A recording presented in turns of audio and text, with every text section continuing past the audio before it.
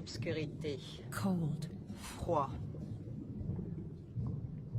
And then, Et puis, soudain,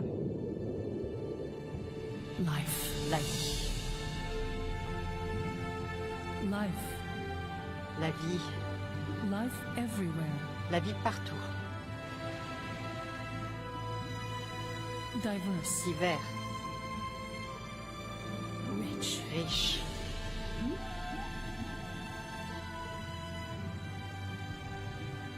This is our Ce ocean. sont nos océans. It is the blue C'est le heart of our cœur planet. bleu de notre planète.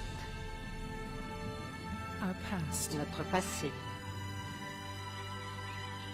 Our present. Notre présent. Our future. Notre avenir. Our very survival. Notre survie. But our heart's health is at Mais la stake santé de notre cœur est menacée because of us. de notre fait. Warmer seas, Les mers plus chaudes, ocean acidification, des océans acidifiés, coastal erosion, une côte érodée, rising sea levels, la montée du niveau des mers, pollution, la pollution, loss of ecosystems and species, la perte des écosystèmes et des espèces, unsustainable fishing, une pêche qui n'est plus durable, illegal activities, des activités illicites.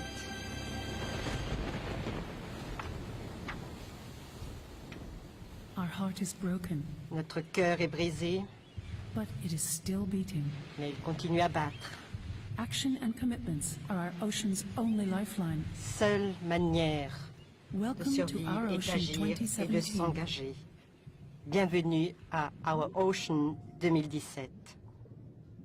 Together, we can and will Ensemble, ensure that our ocean Nous stays pouvons safe, faire en sorte secure, que nos océans clean, soient sûrs, and healthy propres et sains for all of us. pour chacun d'entre nous.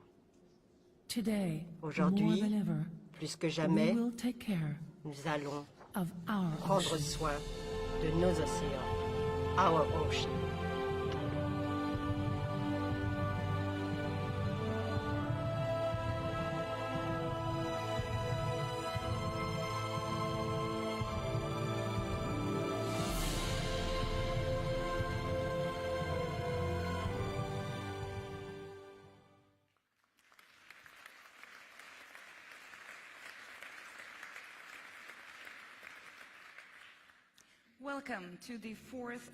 Bienvenue à la 4e conférence de haut niveau sur les océans. Il s'agit de l'édition 2017 organisée par l'Union européenne. Je serai la maîtresse de cérémonie pour ces 2 jours de conférence. Je souhaiterais vous communiquer un certain nombre d'informations pratiques sur cette conférence. Nous nous trouvons ici au niveau 6. La terrasse et la salle de presse se trouvent au 7e étage et au 5e étage, vous avez la salle des expositions. Vous pouvez demander des informations complémentaires, soit à la réception, soit au 5e étage. La conférence sera interprétée dans les 6 langues officielles des Nations Unies, le français, l'anglais, l'espagnol, le russe, le chinois et l'arabe. Si vous nous suivez en ligne, le hashtag est OurOcean. La première intervenante ce matin représente la politique étrangère de l'Union européenne depuis 2014. Elle est co-organisatrice de cette conférence, c'est un leader mondial et également un partenaire à l'échelle mondiale. Elle définit la politique de sécurité et de coopération afin d'atteindre les objectifs de développement durable des Nations Unies. Elle se rend compte, bien entendu, des enjeux. Il s'agit de la haute représentante de l'Union européenne pour les affaires étrangères et de la politique de sécurité de l'Union européenne et vice-présidente de la Commission européenne.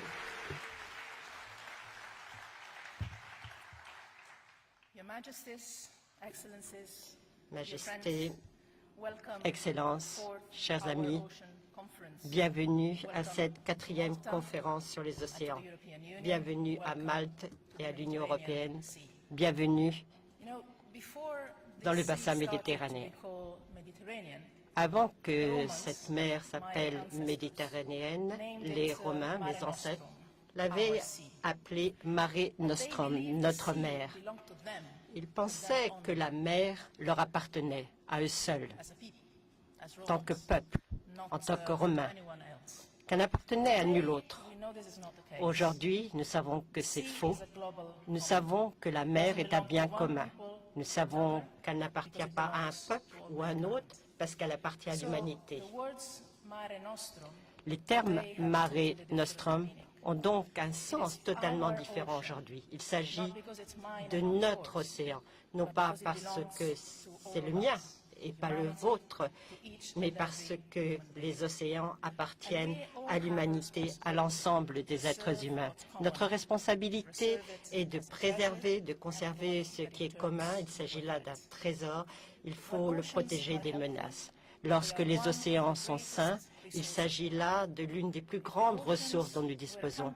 Si les océans étaient des pays, il s'agirait d'une des plus grandes économies mondiales. Et sans aucun doute, il siégerait au G7. Des millions d'emplois et d'existences dépendent des océans. Dans notre monde globalisé, 90% des échanges sont transportés par les mers. Il ne s'agit plus de frontières, comme cela a été pendant des milliers d'années. Il s'agit là d'une porte sur le monde. Une région comme la nôtre, un endroit comme Malte le montre bien. Nous le savons également, malheureusement, les mers sont malades, elles sont peu sûres, elles sont plus vastes qu'un seul continent et néanmoins, elles peuvent s'effondrer. Lorsque les océans ne sont pas sains, le monde n'est pas sain.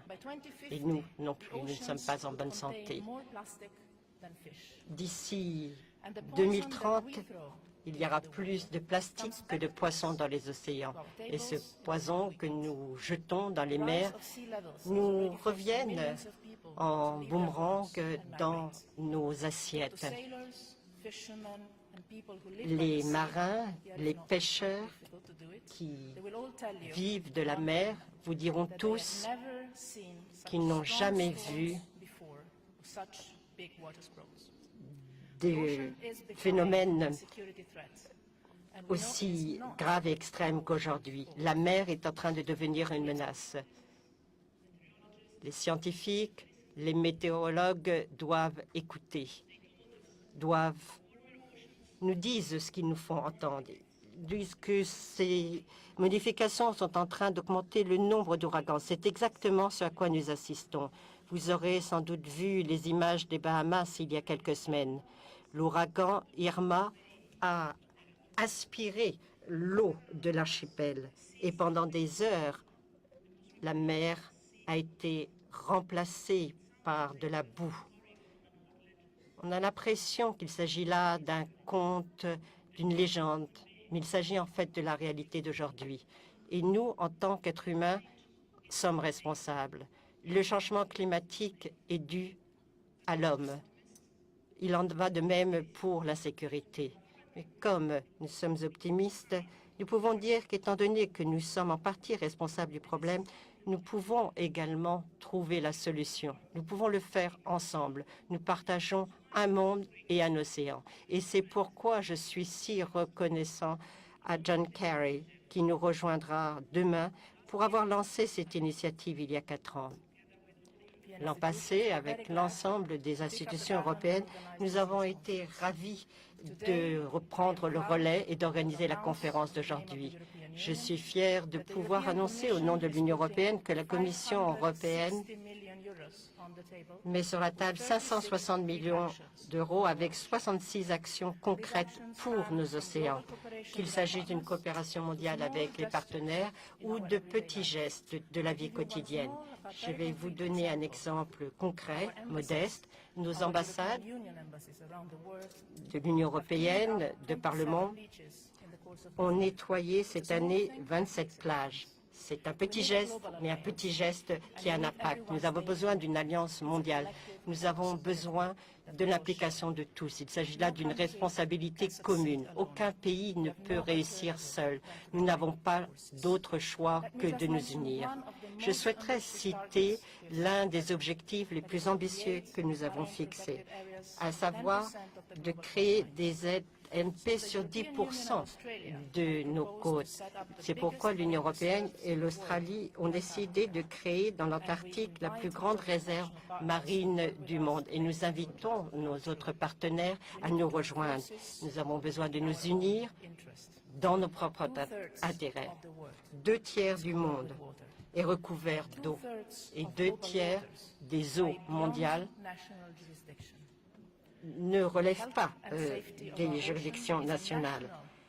La santé de nos océans est une question qui relève des pays, mais qui ne peut être garantie par un pays seul.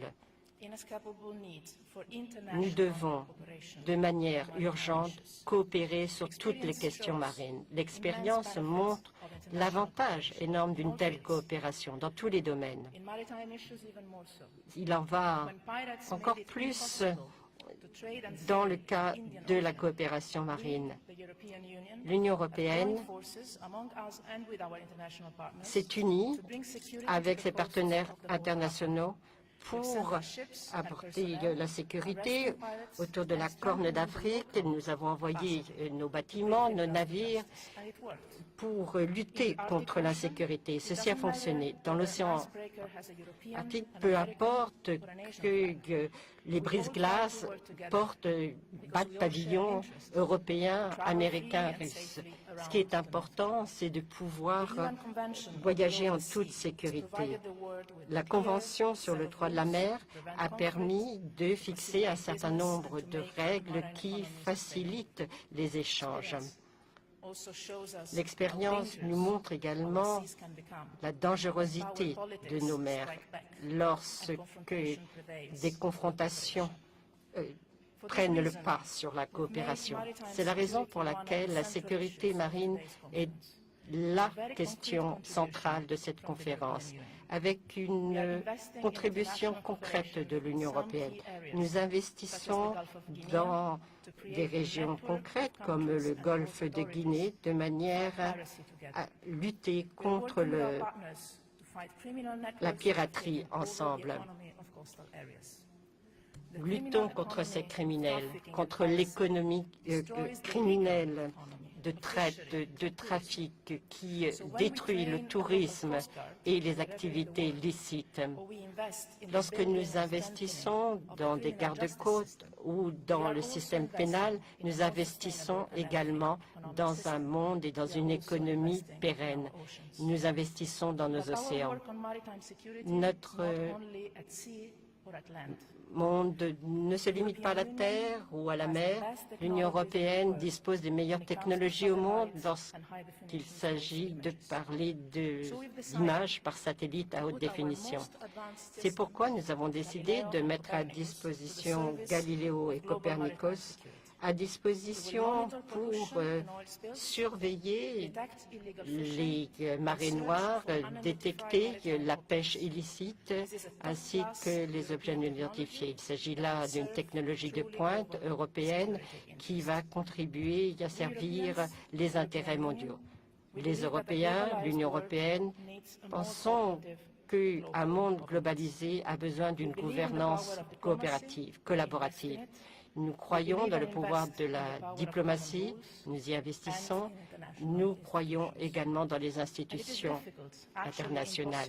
Il est difficile, voire impossible, d'imaginer une gouvernance internationale sans une gouvernance collaborative dans le domaine des océans. Il s'agit là d'un objectif ambitieux, il s'agit là d'une stratégie, il s'agit là également d'un impératif moral. Ensemble, nous pouvons inverser la tendance aujourd'hui. Nos océans n'ont pas besoin de constituer une menace. Il peut s'agir de notre mer, Mare Nostrum, pour l'humanité. Je vous remercie.